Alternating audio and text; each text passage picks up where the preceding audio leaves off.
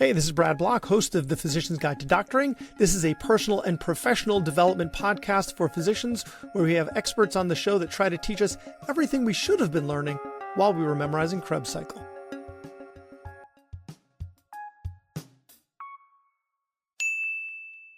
On today's episode, we're going to be talking about The Obstacle is the Way. No, not that book. Actually, a very physician-specific book about how the obstacle is the way, how being a change maker could be the way to get you out of your rut. So on today's episode, we're going to be speaking to Dr. Andrea Austin. She is an emergency medicine physician and director of healthcare modeling and simulation certification at the Naval Postgraduate School in Monterey, California, and for Southwest Healthcare. She hosts the podcast Heartline, Changemaking in Healthcare, so definitely check that out. And her book, Revitalized, a guidebook to following your healing heartline, follows her burnout narrative, offering insights on thriving in a challenging healthcare system. So, Dr. Austin, thank you so much for being on the podcast. Before we get started, first a word from our sponsor. And welcome back. So, Andrea, I want to start with a story, okay? And so the story is the defining moment in your life and career where you decided to become a change maker in medicine. I'll paint the picture for the audience. I was 1 year out of residency. I was a Navy emergency medicine physician deployed to Al-Assad, Iraq. I was working in the trauma bay. Part of the ceiling was missing from a mortar attack. Welcome to work. Looking up at the ceiling. I'm no longer in Kansas anymore. And I was a simulation educator before I came on that deployment. And I didn't really think I was going to use simulation while I was deployed. And a few trauma cases in that had some opportunities for improvement, I realized that I was going to need to pull out my simulation expertise in this very different environment. And let's face it, I was a new attending. I was a junior officer. And I was somewhat intimidated by the general surgeons that were there. And we were running traumas together. We took the trauma lead role back and forth. And my relationship with the surgeons improved because I was a change maker and because I saw problems and had a solution with simulation. And that was the first time that I was like, I can do this. And this is really important. Let's take a step back and just define change making. How are you defining change making? Yes. So very good question, and one that I've spent hours thinking about because words matter. If you look at the change literature, which is largely out of the organizational psychology world, change agents is a very common term that you find. Change agent means somebody who makes change. It's not really complicated. So this term change maker is very specific that I use, and it was a term that I came across that was defined as somebody that makes change with society's good in mind. And so that's very different because you can be a change agent. We're seeing tons of change agents in healthcare right now. We're seeing companies come in and completely destroy physician groups. They're change agents. I would say they're change agents, but not change makers. Change makers are people that are trying to improve healthcare, thinking about what's going to be the impact to this community, to these patients, to the healthcare professionals working in this industry. It actually reminds me of Viktor Frankl's Man's Search for Meaning, right? In the people that did best in the concentration camps were the people that found purpose, right? Like their lives were so awful, but they came out the other side in a better place than some people because they found ways that they could help other people. And it sounds like that's what change making really is. Yeah, you completely nailed it. And in the research that I did on physician change makers, change is hard. It's a euphemism, but it's very true. Change is hard. So when you ask people, how were you able to do it? What made you stick through a project where a lot of people may have quit? And what physician change makers said is, I thought back to something early in my life. I was sick and I had a really difficult time with the healthcare system, and people weren't treating my pain or treating me in a way that I wanted to be treated. So I think back to that moment. Or I think back to a family member facing discrimination in the healthcare system and having a worse healthcare outcome because of that. And that fuels me to keep doing my work. And I thought that was really, we all know that on one level, but on the other level, to really crystallize that and make sure your own change-making story, because it's going to get rough out there. And so what are you going to come back to? Can you give us some other examples of change making in healthcare, like specifically for physicians? Because it sounds like such a broad reaching term and it can apply to so much. To paint a better picture for our listeners, what are some examples of other physician change makers that you've encountered and what their change making has been? Yeah, I would say anybody who's been on my podcast, and probably your podcast by definition, is a change maker. Think of any problem there is in healthcare and who's that face that's trying to fix it. Some of the listeners may know, if they watch CNN, Dr. Megan Ranney, who's been on my podcast, is a great example of a physician change maker. During the pandemic, we didn't have PPE, so she founded a nonprofit to get healthcare professionals PPE. Dr. Dara Cass founded feminiem.org. She's definitely a change maker. But what I want the listeners to know is you don't need to found an organization. Certainly people like that are by definition change makers and trailblazers. But small acts in your organization add up and are change making. Even when you use your voice to bring up a patient safety thing and file the patient safety report or send an email or speak up at a staff meeting. I recently spoke up about something at a staff meeting, and afterwards everyone was like, "We couldn't believe you did that. Oh my gosh, we've been thinking this for 6 months." And I honestly thought it was a very small thing. So I think start small, start with what matters to you, and then that may build into something bigger. But you don't have to found something to be a change maker. You can be a great follower of something already. We're not talking about liking on social media. We're talking about contributing to the cause and doing work, but even though you're not the one leading the organization. Yeah, absolutely. So I think a lot of times in my own life, sometimes I'm the trailblazer, right? My podcast, my book, I wrote that, I produced This Is Mine. But a lot of times I'm a follower. Feminiem, an organization that I mentioned that I really care about. I run a committee within that organization, but I'm definitely supporting the CEO of that organization. The same with my hospital system. I'm a leader within it, but I'm not the CEO. So there's times that we're the leaders and there's times that we're the followers. And if you're always the leader, aside from maybe being like literally the president of the United States, then maybe there's always a big that, right? Like, to some degree, we're all followers of something. Yeah, you usually. can't be the leader of everything all the time, and so maybe, make sure your aspirations aren't too big too soon. Start with emailing something that everybody's thinking and build from there. But what would you say to the physicians that are reluctant to even do something like that? They're like, we're exhausted, we're overworked. I've got a full plate at home and at work. Yeah. I see tons of patients, and then I've got to document, and then I've got to do all this admin tasks that I don't want to do, that have nothing to do with being a doctor. And then I've got to carpool, and then I've got to cook dinner, and then I got to do the laundry, and then I got to wake up and do the whole thing over again. And you're telling me I got to be a change maker too? Come on. What are you going to say to that person? Yeah, I think we all learned during the pandemic. Hopefully most people have learned at this point, you've got to put on your own oxygen mask first, or you can't pour from an empty cup. So 100%, you need to take care of yourself. And what I really liked about my thesis and my research is the premise we used is that all organizational change begins with a personal transformation. Like, let that sink in for a minute, because it's a lot. We all walk around and many of us are screaming like healthcare is a dumpster fire. There's so much going wrong here.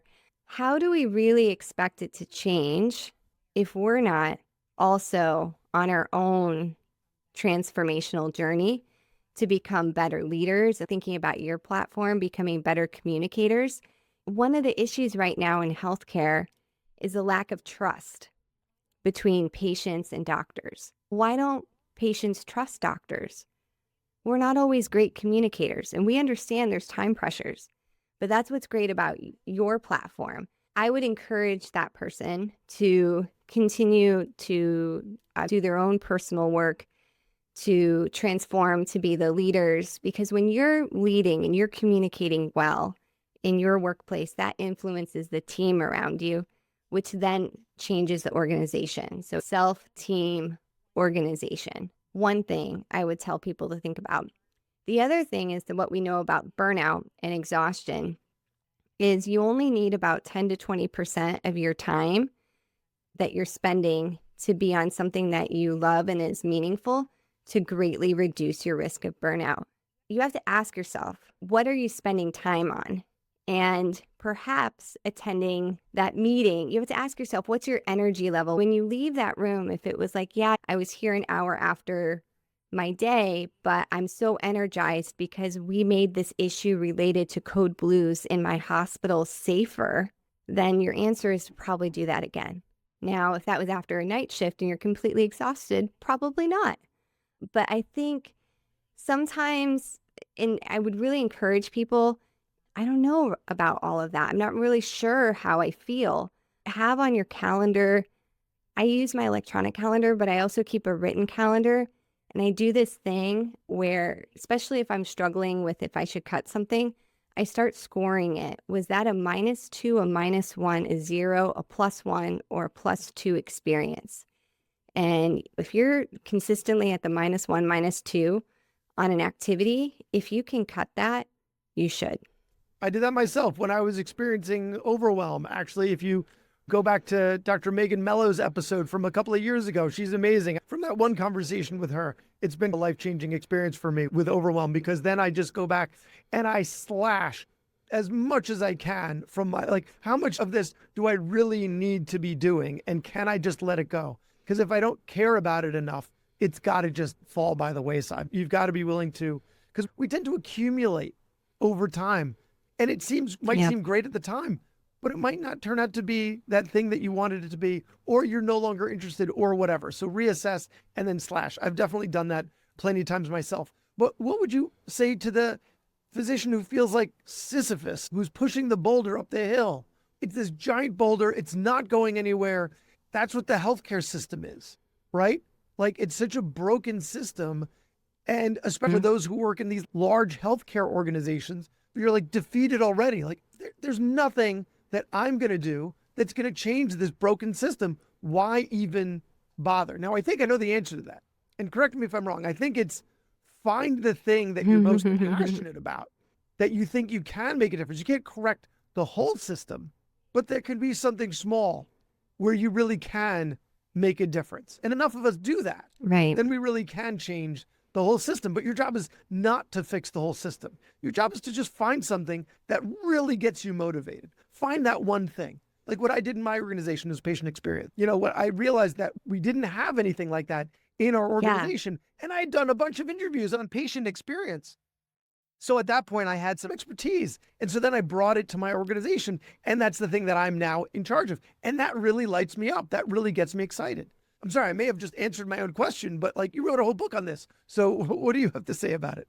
Yeah, I felt like Sisyphus when I was at my worst phase of burnout. Sisyphus is very associated with learned helplessness. And that's a really important thing for physicians to think about. Cherie Johnson is my coach, and I encourage people to look at Cherie's work. She's a psychologist, and she only coaches physicians. Cherie coached business people before she started working with physicians. And she said to me once, I've never met another group of professionals that exhibit less agency than physicians. And when you take a step back, literally the healthcare system would stop. It would crumble. And I'm going to tell you something that it was finally the light bulb moment that made me understand my agency. One of our physicians in our group did work with Doctors Without Borders. And it was in a country, and I'm blanking on the country name right now, and I don't want to misquote the country, but it's in my book. In this country, the physicians went on a strike. It was in Africa. And he was there during that. And he watched the healthcare system crumble. He watched babies be not treated in the NICU. He watched hundreds of patients be let out onto the streets from psychiatric hospitals, and the military had to come in and help with the situation. He watched essentially chaos. And it's interesting, if you Google those stories, which I have some references in my book, there's very few of them. So I'm really thankful that Shen shared that story with our residency, because it helped me understand, like, we really are the glue of the system that continues to crumble.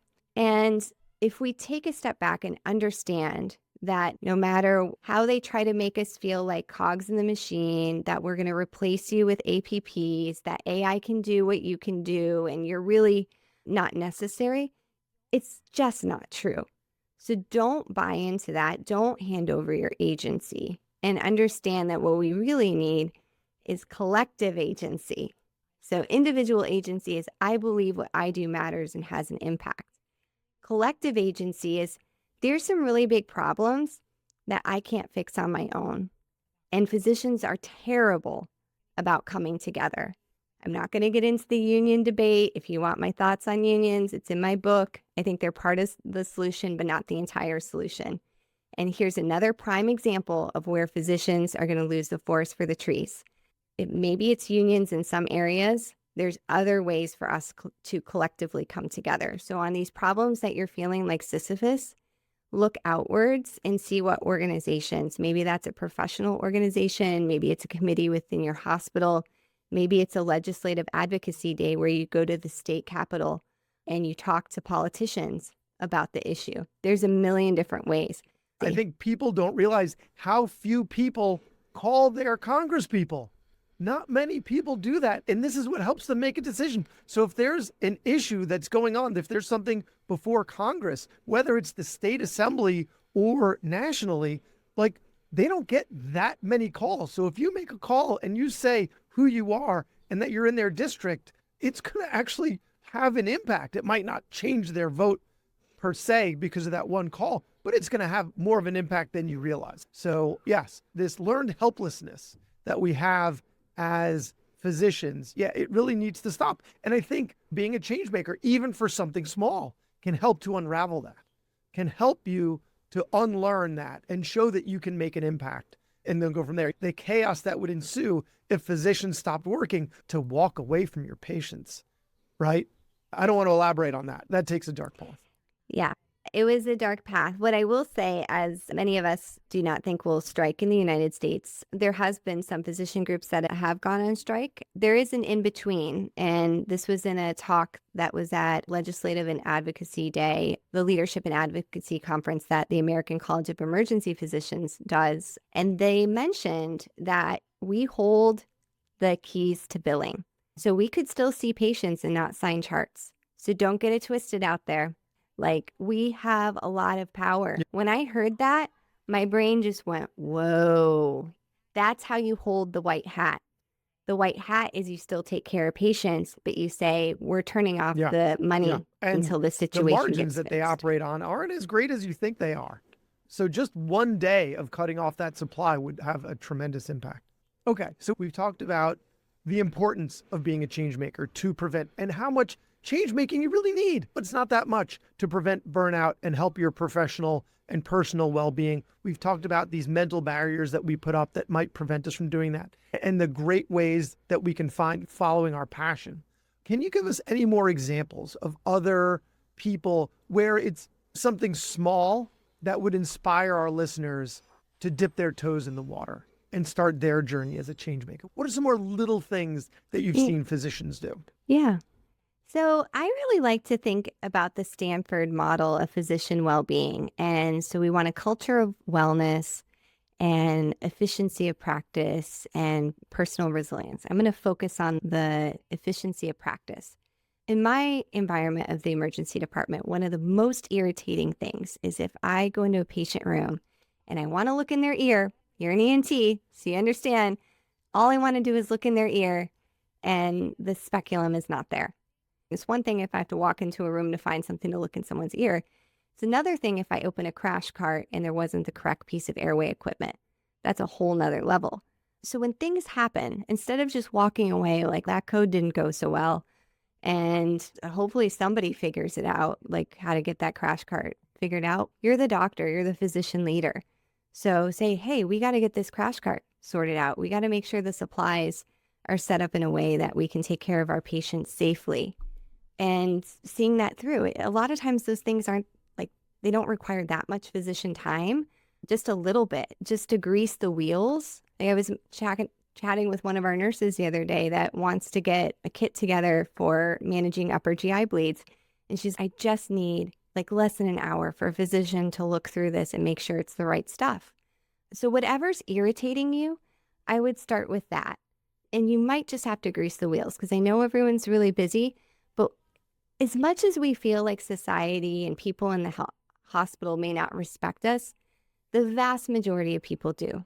The vast majority of the time, when you say, I'm Dr. So, and I think this is important and we need to address this, maybe I'm lucky where I work right now. The vast majority of the time, people are like, okay, totally. I think thank you. we Let's tend figure to this out. project how we feel about ourselves and our work onto other people.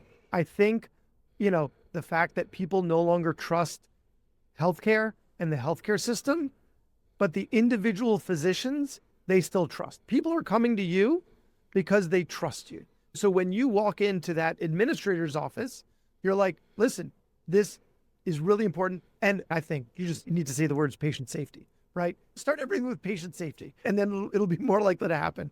But we often project our own insecurities and our own sense of futility onto other situations, and we shouldn't do that, right? I don't think your experience is an isolated one. I think our positions still carry a lot of weight.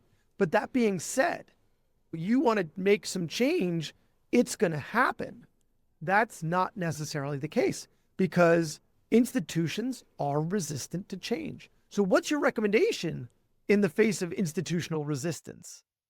Let's say we get pushback around whatever it is that we're trying to accomplish. It's not in the budget. We don't have time for that. We don't have the personnel. Yeah. So it was interesting interviewing change makers, which I identify with the people I'm interviewing with. But I have to say, somebody who's really done a lot of change making in my career, the people I interviewed blew me away with the level of how much they stuck to their guns. Like they just didn't take no for an answer. No was a starting place. I think that's a mantra. No is a starting place. And I think a lot of the frustration for physicians comes back to we don't have very much time. So a lot of times when we're working on something, we're asking everyone to catch up to where we are. The truth is, like when you're meeting with an administrator, so I think about simulation like 90% of my professional day. They think about simulation really when they're talking with me, which might be quarterly with a chief operating officer. So it's going to take a while to get them to a level and to a comfort to come to a lot of the same conclusions that I've come to. So I think you have to have so much patience. And if I could go back and tell younger Andrea how to be more successful as a change maker, is the other thing that people did in this study is they chose relationships. So when you have an opportunity to maybe go for the win, go for the kill, whatever it is, preserve a relationship whenever possible.